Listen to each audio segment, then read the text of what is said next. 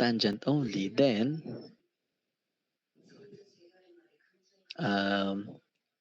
use the identity or substitute. Sige, lagyan na lang natin. Use the identity.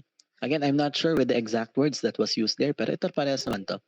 Use the identity, cotangent squared u is equal to cosecant squared u minus 1. Yan. So, ito yung ating case 3 for group 3. Kuha nyo? So, again, group 2 and group 3, they follow the same cases.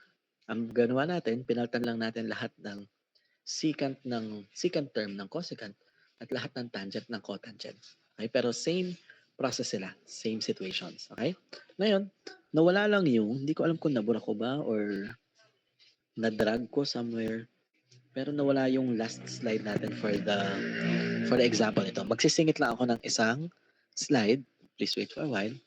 Tapos, we'll give you one example. Okay?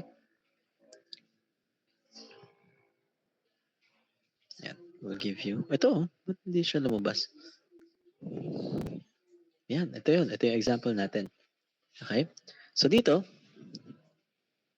if we are to solve this, yan, express muna natin itong cosecant, square root of cosecant z in terms of exponential function. So again, kapag ganito, hindi naman yung group, itong mga naka-groups natin, hindi naman siya unique for this.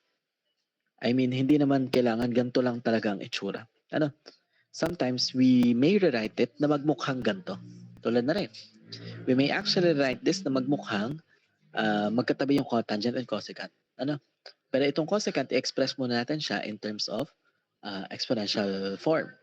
So, bale siya ay magiging the integral of cotangent cube z dz.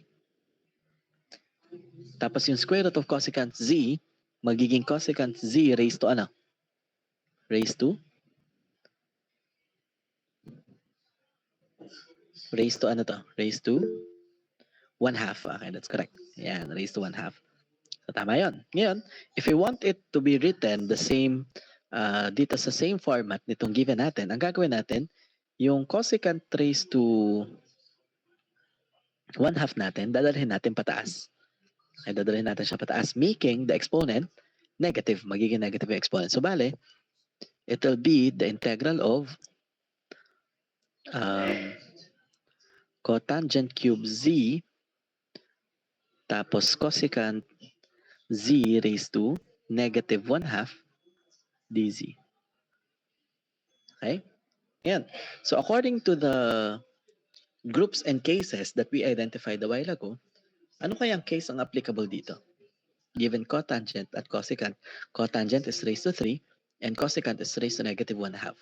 So, anong cotangent kaya? Anong case kaya ang applicable dito sa ating given ito? Ito ay case 1, wherein, according to case 1, do sa group 2, or in this situation ay group 3, maglalabas tayo ng isang cosecant at isang cotangent. Ano?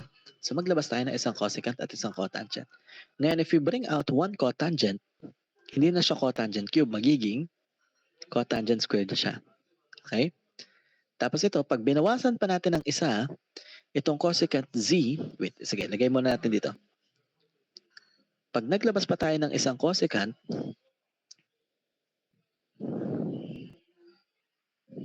from cosecant z raised to negative 1/2, paano ba naging to? Binawasan natin ng 1. So ito, para makuha natin yung equivalent value niya, babawasan din natin ng 1. Kasi yung 1 na yun, nilagay natin dito. Okay? So, bale, siya ay hindi na magiging cosecant z raised to negative 1/2.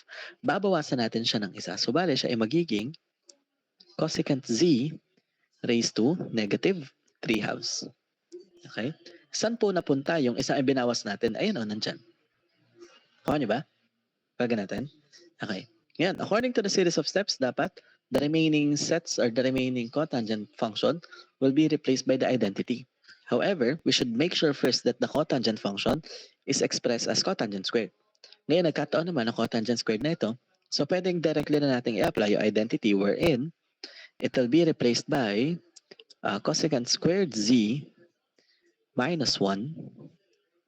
Then we still have the cosecant z raised to negative 3/2.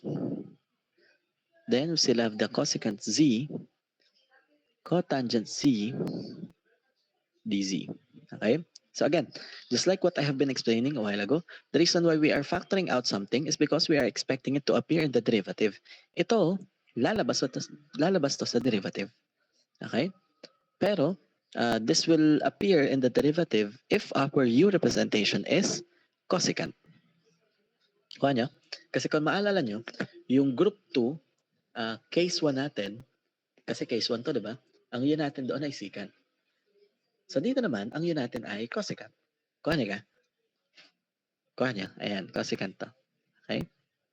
Ayan. So meaning, if we substitute U to the cosecant functions here, the substitution will make it look like U squared minus 1.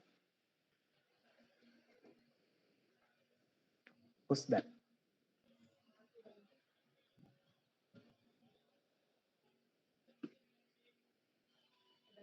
Mga tibanji nga.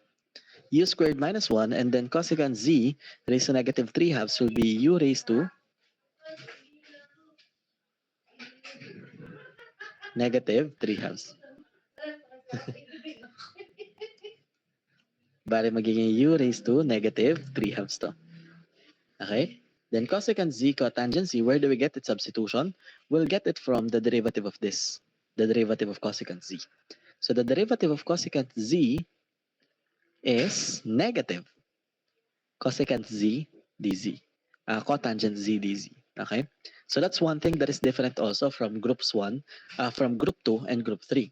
Although they are mostly similar, yung derivative natin for this one will always be negative. So bale, ang kailangan lang natin palitan ay cosecant Z cotangent Z dz.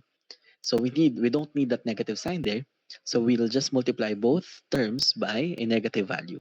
So it will lead us to negative du is equal to cosecant Z cotangent Z dz. Wherein, if we substitute it here, so magiging negative du ito. Ayan, kuha niya. Now, since negative value is considered as a constant, nilalabas yan. So, ilabas natin siya. So, it will be negative the integral of U squared minus 1 times U raised to negative 3 halves du. Now, to solve for the derivative or for the integral of this, we need to expand this first. We need to simplify this first. How will we be able to simplify this? What do we do with U raised to negative 3 halves and then U squared minus 1? What do we do with this? Ito ay, anong gagawin dito? What do we do with this? And this terms of the function U squared minus 1.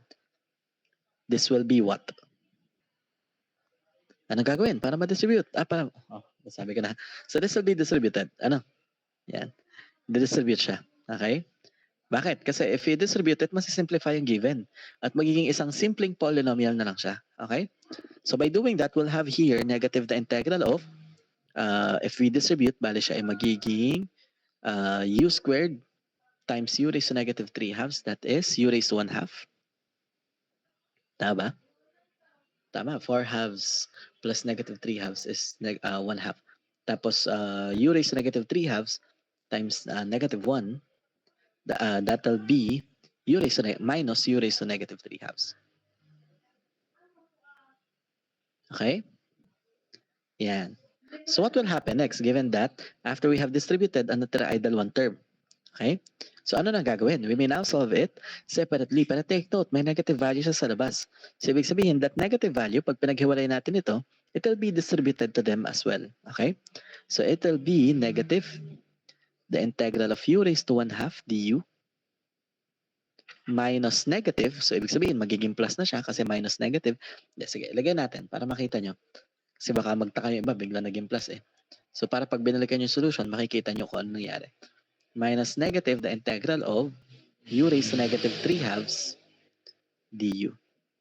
Okay? So ngayon, we may now solve for the integral of them.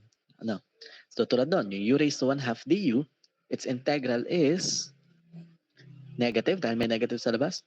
U raised to 1 half du, that will be U raised to 3 halves. Tama ba? Plus 1 eh.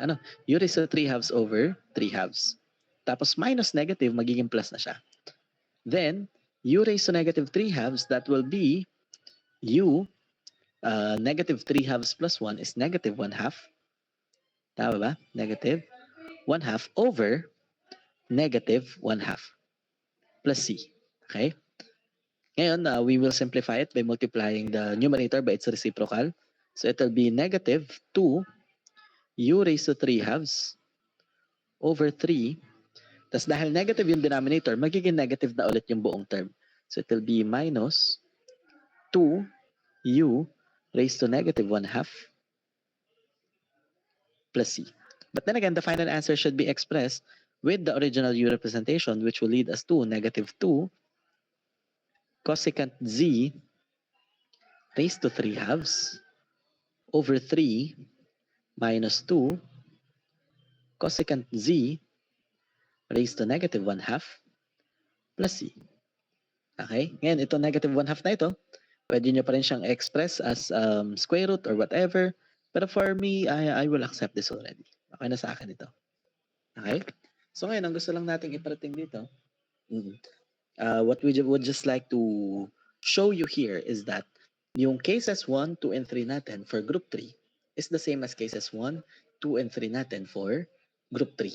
Again, ang pinagkaiba lang nila is lahat ng tangent ginawa natin cotangent at lahat ng secant ginawa natin cosecant. Pero the way we solve them is the same. Kuha niyo gan. Kuha natin. So ngayon, for this one, I will not give I will not give an example or another thing for you to answer anymore. Kasi ang ibibigay ko na dito after this, kasi ito na yung end ng ating discussion, ang ibibigay ko na dito ay yung mismong exercise natin. So same as before, bibigyan ko kayo ng exercises which is not required, but something that you may answer for you to improve in this particular topic. Kuha nyo? Kuha natin. Okay. So, ayun. Before we end this meeting, kasi ito na yung end ng meeting natin, before we end this meeting, please be reminded of our setup next meeting. So yung paghahanap ng room ay sa inyo ko na ipapaubaya. Basta i-chat nyo lang ako kung saang room kayo nagkita na bakante, pupunta ako doon. Okay? Bale ang magiging meet up natin. Kasi, bale, walang nakalaan na room sa atin kasi hindi naman talaga tayo naka face-to-face nung panahong yon. Okay? And in my situation, online din ako with my other class. So kayo na lang bahala, humanap ng bakanteng room. Basta i-chat nyo ako kung saan.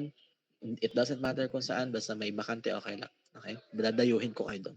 Kung kayo ay nagkita sa RGR, dito tayo pupunta or whatever. Basta maghanap kayo ng bakanteng room ha. Okay? Yan.